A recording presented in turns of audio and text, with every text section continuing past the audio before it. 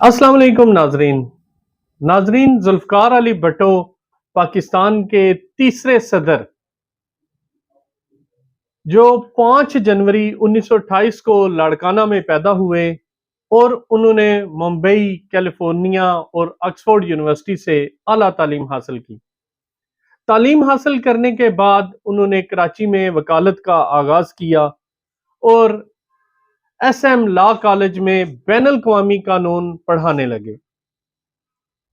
جلد ہی ناظرین ان کی شہرت حکومتی ایوانوں تک جا پہنچی۔ 1958 میں ایوب خان نے انہیں اپنی کابینہ میں بطور وزیر شامل کیا۔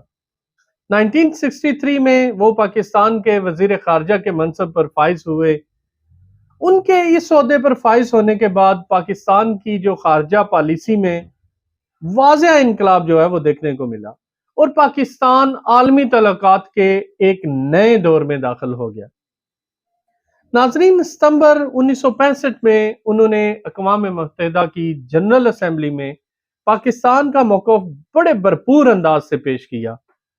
جنوری 1966 میں جب صدر ایوب خان نے اعلان تاشکند پر دستخط کیے تو ذوالفقار علی بھٹو بڑے دل برداشتہ ہوئے اور اسی برس وہ حکومت سے علیحدہ ہو گئے۔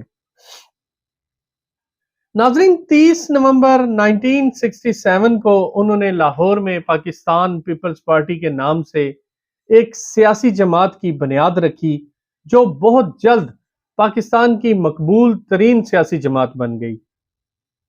ناظرین، 1970 کے عام انتخابات میں انہوں نے مغربی پاکستان میں واضح کامیابی حاصل کی۔ سقوط ڈھاکہ کے بعد وہ 1971 میں پاکستان کے صدر اور پھر 1973 میں پاکستان کے وزیر اعظم کے عہدے پر فائز ہوئے۔ ناظرین، انہوں نے 1977 کے عام انتخابات میں بھی بھاری اکثریت سے کامیابی حاصل کی، مگر حزب اختلاف نے انہیں انتخابات کے نتائج تسلیم کرنے سے انکار کر دیا۔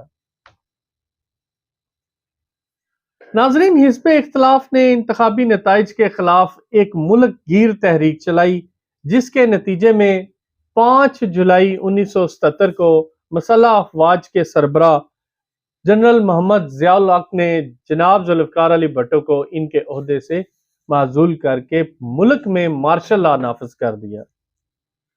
2 ماہ بعد ذوالفقار علی بھٹو کو نواب محمد احمد خان کے قتل کے مقدمہ میں گرفتار کر لیا گیا۔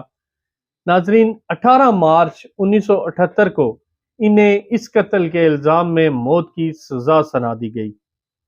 ناظرین، ذوالفقار علی بھٹو نے اس سزا کے خلاف سپریم کورٹ میں اپیل کی۔